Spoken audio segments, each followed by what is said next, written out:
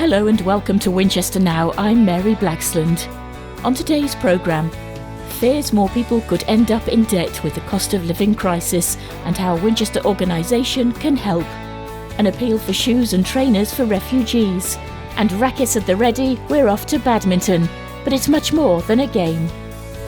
Winchester Radio. But first today, 9 firefighters from Hampshire and the Isle of Wight Fire and Rescue Service are amongst the team who've flown out to help following the devastating earthquake affecting Turkey and Syria. They're part of the UK International Search and Rescue Team who will assist in rescue efforts. Thousands of people have been killed after 2 huge earthquakes on Monday, and rescuers are desperately searching for survivors under the rubble. Here, prayers are being said at local churches and charities are gathering donations. The fire service says thoughts are with all those affected. The cost of living crisis is forcing many people into debt. But a Winchester organisation wants people to know there is help at hand. Christians Against Poverty has been providing free debt advice across the UK since 1996. Babs Isaac is the centre manager for CAP in Winchester, based at Hope Church. She fears the situation will get worse and urges people to seek help as soon as they can.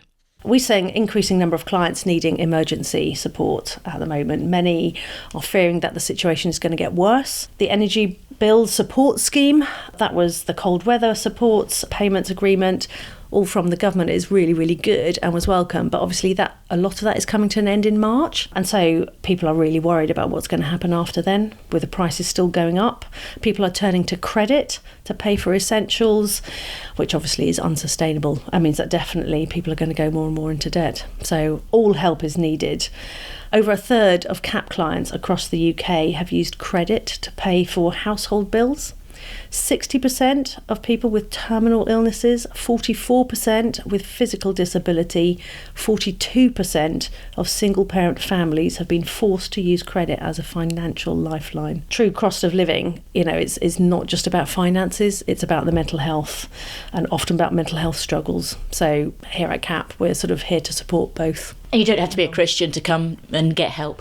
No, absolutely not. Of course, we're here to help anybody and everybody. Yeah, it's free. The drive, obviously, is our Christian faith. But yeah, we're here to help anybody and everybody. And if someone is, say, hundreds, thousands of pounds in debt, I guess they feel sometimes like they're floundering in debt. And how difficult is it for them to get help? Yeah, people really struggle asking for help. They're ashamed about how and why they've got into debt. But message for your listeners today is actually, we make no judgment. Some of us have been there and done that. Some of us are here but for the grace of God. And honestly, a lot of people think they've got so much debt that there is no hope or help. But here at CAP, we want them to know there is help. And head office will always come up with a solution. So CAP also works alongside churches. So we always have somebody who comes along and is there to support them, be a friend alongside them.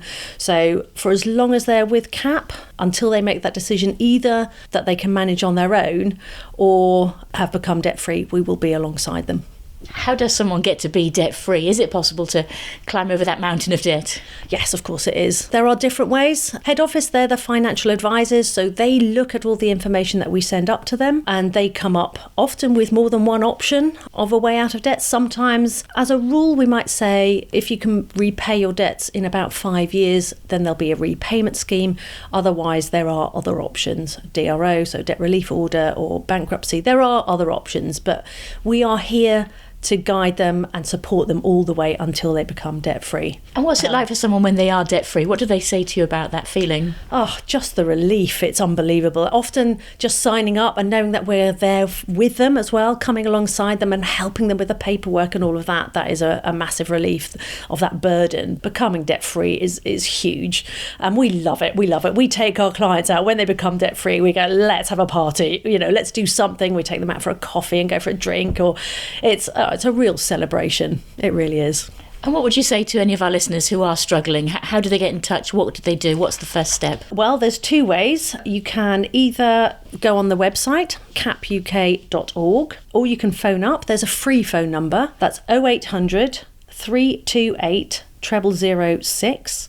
So the individuals can then be connected with a local centre. So obviously here in Winchester, that's us. We will then link up with them and meet with them and explain how CAP works and start that process of journeying with them out of debt. And do you think the demand for your services is going to grow in the coming months with the cost of living? Absolutely. I think this is just the beginning of the avalanche. Yes, we are heading into the spring, but the cost of living is just continuing to rise. Yes, they've put a cap on energy prices, but that's only part of it. And like I say, the support schemes are coming to end. What then? The cost of living is still huge. Where people are using credit, they are going into debt, and it's a struggle to find a way out of it. So I do believe that people will be struggling more. So I guess the message is get help now. Absolutely. Sooner rather than later. Yeah, come along. So we run a cafe on a Monday. Mondays 1 to 2:30. Get to know us first. If they're not sure, what we're going to be like, do come along. Come and see. There's tea, coffee, homemade cake. But yeah, come along. We don't just help with debt. We do also, the other side, flip side, is we don't want people to go into debt in the first place. So we also run what's called the money course. That's a basic 3-session basic budgeting skills course. So I guess if anybody is struggling financially or doesn't know how to budget, doesn't know the way forward, they can always get in touch, be it to learn how to budget or need help with debt. They can just contact me personally as well. Total confidence. My email is babsisaac, so BABSISAAC@capuk.org, or like I say, come to the cafe or phone the free phone number or have a look on the website. Babs Isaac there from Christians Against Poverty. Now more news from across Winchester. Here's Paul. People across Hampshire who have yet to have their COVID booster are being encouraged to get jabbed as the autumn vaccination campaign is due to end this Sunday. Over 4.9 million doses of the COVID vaccine have been given out in the county since the programme began in December 2020. A 100-acre solar farm capable of providing power to 9,000 homes has been switched on in Winchester. The site at 3 Maids Hill was given planning permission in the summer of 2021. With hundreds of solar panels, it's visible from the A34 as you head north out of the city. Another well-known Winchester shop is closing down. The stationery chain Paper Chase went into administration last week and announced that all 106 of its stores would be shutting. Work has begun on a new pavilion at the King George V Recreation Ground at Bar End. £3.3 million is being spent on the facility, which will replace 2 outdated pavilions. The City Council says costs for the project have significantly increased due to the rising cost of materials and construction. It says the building will support the continued development of grassroots cricket and football in the district. Shawford Station's disused Victorian waiting room and ticket office has been brought back to life. It's opened as a new cafe and community space for local groups. £200,000 was provided towards the cost of renovation by South Western Railway's Community Fund, with extra money from the City Council, the Railway Heritage Trust and the South Downs National Park. It's believed to have stood unused for around 40 years. The annual Children of Winchester Festival returns on Saturday, back to normal after the previous 2 years were affected by COVID. The festival hub will be based at the Ark with arts and crafts, music, mindfulness and toddler gymnastics. There's also a range of activities at other venues across the city, including the Westgate and City Museums and the Winchester Sport and Leisure Park. All of these are free. The Abbey Gardens is to be lit up with displays of magical lights, fairy tale creatures and flowery designs. It'll be open each evening between the 11th of February and the 5th of March. Funding has come from the UK Shared Prosperity Fund. It's part of a season of light in the city, culminating in Winchester Cathedral's Lux Miralis event. For Winchester Radio, I'm Paul Blitz. Winchester Radio. Many organisations and churches in Winchester are continuing to run warm spaces as the cold weather continues. Among them is St Peter's Pastoral Centre in Jury Street, which on a Wednesday morning also runs a welcome group for refugees and asylum seekers. Now volunteers there are appealing for help. They're looking for donations of shoes and trainers, especially for the men. Anna went along to find out more about the support they offer and the help they need. She spoke to volunteer Leslie Sheldon Browning. We've got approximately 60 gentlemen seeking asylum in the Winchester area, and this provides a really good place for them to come to chill out, but also to meet other people from the church. So it's like a community for them. So we have activities, we have Scrabble, etc. A meditation session earlier. Yeah, it's very, very busy, very, very noisy, and hopefully it's meeting your needs.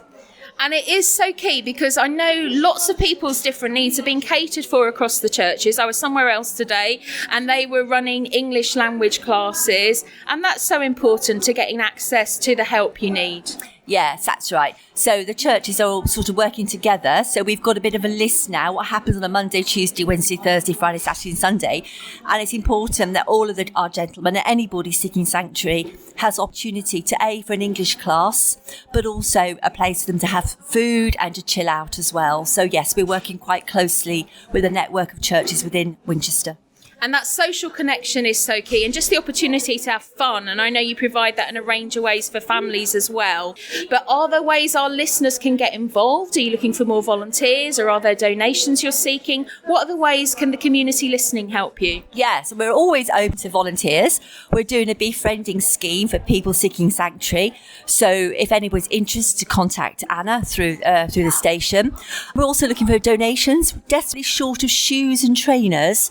That's our biggest need at the moment, but we're also looking for books, arts, materials, those sort of things. And if people want to find out more, because I think for any of us, we really cannot even imagine how traumatic it is, because sometimes you're supporting people who've arrived here and they've just got the clothes on their back, and just having that compassion and people they can turn to and know that they're welcomed and supported is so key. I mean, is there particular skills you are looking for? Okay, well, firstly, we do train all our volunteers. We train them depending what level they volunteer with us. But of course, if you're out there and you can teach English, that you have got some sort of psychological supportive background, definitely looking for people like that. Yes, but you will get training as well.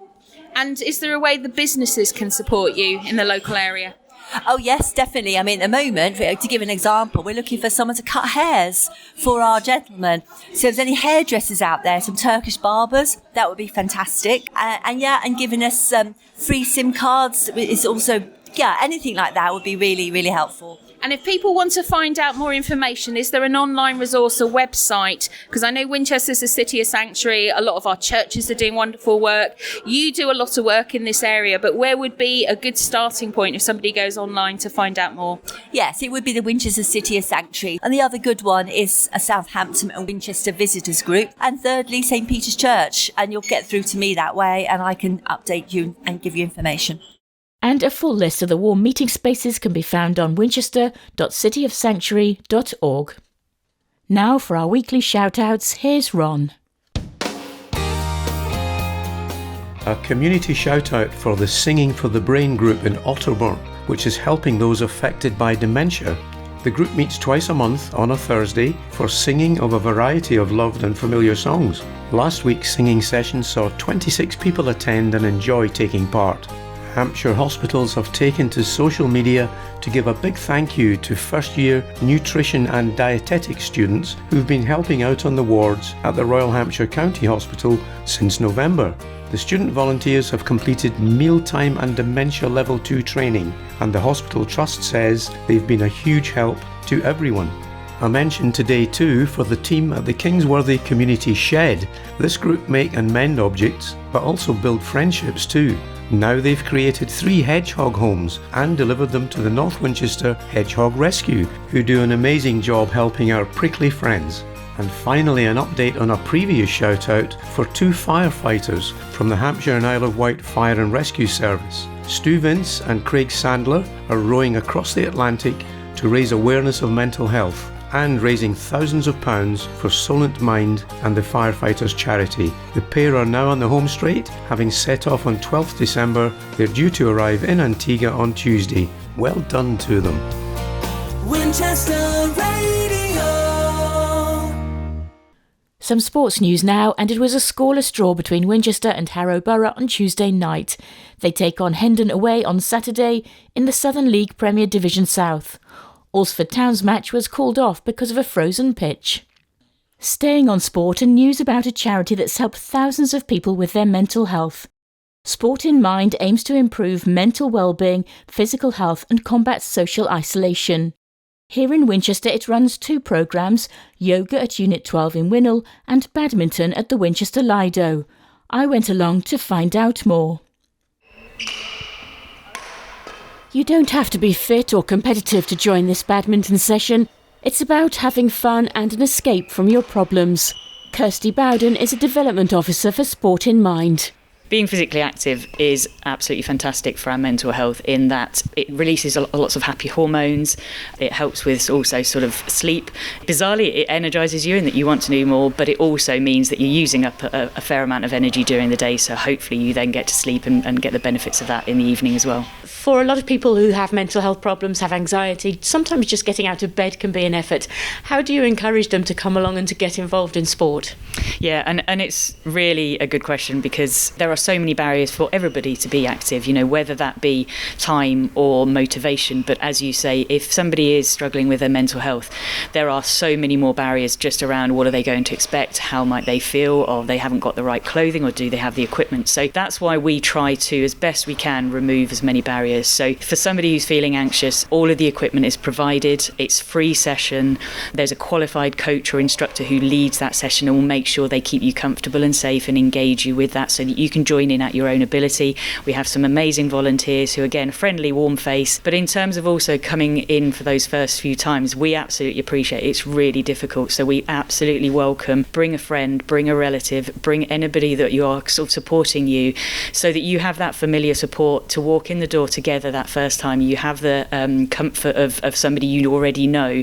And then we're very confident that if you are able to come and join in our session, we will make you feel welcome. We'll include you in the group, and it is very, very fun and relaxed atmosphere. So hopefully if you can come along for those first few times, you'll kind of be okay to come along again. If you want to stand just in front of this line there, I'll go stand the other side. Oh, I see. Sport in Mind was set up in 2010 in Reading and since then has organised thousands of sessions across the south. Eleanor Vamplew is centre manager for the Lido and helper at the sessions. I think sport is very, very good in lots of ways. It takes your mind away because you're so busy focusing on all the stuff around you and what's going on and the other people and interacting with them. And it just lifts your mood and it makes you feel so much more happy and so much energised, which then continues afterwards. Once you finish the session, you've got those happy things going on as well. Colin is here for the first time, but he's attended similar schemes in Andover. And what do you get out of coming here to these sessions, to doing badminton? Enjoyment. Yeah, just doing something physical with people that are doing a similar thing, similar interest, and it's good fun. And participating, not solitary because it's with other people. So it's good to have that contact. There's a bit of a stigma sometimes to people admitting I've got a problem. Do you find that when people come here, they open up about what's troubling them and what the issues are that they're facing? Sometimes, yes, and I think we certainly don't discourage it. But as an organisation, as a charity, we don't aim or intend to try and replace some of the very, very core traditional mental health services. So there are talking therapies, counsellors. There's a lot through the community mental health team. So there's fantastic support through our healthcare profession. Our aim is to provide a safe space and to be physically active. So if people feel comfortable and they meet like-minded people and they can share their stories, then that's a fantastic way in that we're bringing people together. We very much want to make sure people don't feel that you're coming here to have to explain or share. Actually, we would love to be able to say, come and have an hour out of your normal day, your normal week, where you might have so many other things going on and so many challenges or so many just things that you're trying to get through and work through. Come along and just have a bit of fun, because actually that distraction and that respite from their normality is often as helpful as kind of maybe sometimes talking it through. If you want more information about the organisation or the Winchester sessions, visit the website sportinmind.org. Well, that's all for this week from Winchester Now. Many thanks for listening.